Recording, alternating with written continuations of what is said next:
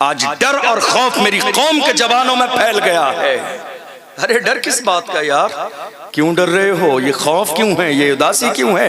بے چینی کیوں ہے؟ جب 313 تھے تو لرزتا تھا زمانہ، جب 313 تھے تو لرزتا تھا زمانہ، آج ہم کروڑوں ہیں تو کرتے ہیں غلامی۔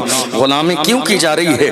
چونکہ ہمارے بڑے ہماری سرپرستی نہیں کر رہے ہیں، ہمارے بڑے ہماری قیادت نہیں کر رہے ہیں، ہمارے بڑے ہمارے کاندھے پہ ہاتھ نہیں رکھ رہے ہیں، ہمارے بڑے ہمارا سہارا نہیں بن رہے ہیں، ہمارے بڑے حوصلہ افزائی نہیں کر رہے ہیں، ہمارے بڑے ہمارا ساتھ نہیں دے رہے ہیں۔ ورنہ جس زمانے میں بڑے ساتھ دیتے تھے، اس زمانے میں 17 سال کا محمد بن قاسم اسلام کا جھنڈا لے کر سندھ کی سرزمین پر اسلام کا جھنڈا گاڑ دیتا تھا۔ جس زمانے میں بڑے سرپرستی کرتے تھے، اس زمانے میں صلاح الدین ایوبی جیسا جوان مسجد اقصی کے در و دیوار کے سامنے جا کے کھڑا ہوتا تھا اور کہتا تھا در و دیوار کو گواہ بنا کے، مایوس نہ ہو اے دین ملت بیضا، زندہ ہیں تو سینچیں گے تجھے خون جگر سے۔ جس زمانے میں بڑے سرپرستی کرتے تھے، اس زمانے کا انداز یہ ہوتا تھا، ایک قوم کا جوان جسے دنیا ٹیپو سلطان کے نام سے جانتی ہے، انگریزوں کا لشکر جس کے محل کے دروازے پر آیا، پھر بھی اس نے پکار کے کہا تھا، شیر کی ایک لمحے کی زندگی گیدڑ کی 100 سالہ زندگی سے بہتر ہے۔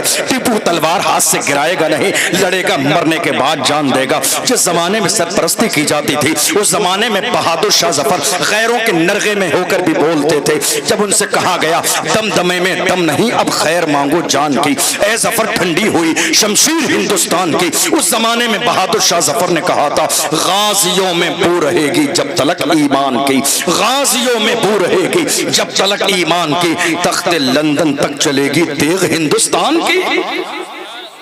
یہ دور تھا کسی زمانے میں کلمہ پڑھنے والوں کا، مگر آج حالات کیوں بدلے؟ حالات صرف اس لیے بدل گئے، قیادت نہیں ہے، سرپرستی نہیں ہے۔ اور میں اپنے جوانوں سے بھی کہتا ہوں، کسی کو ماننے کی عادت ڈالیے۔ زیادہ افراتفری، شور شرابے، ہنگامے اور نیتا گیری اور دادا گیری یہ نقصان دہ ہے۔ بڑوں کا کہنا ماننے کی عادت ڈالیے، بڑوں کی سرپرستی کو قبول کیجئے، عالموں سے مشورہ لینے کی عادت ڈالیے۔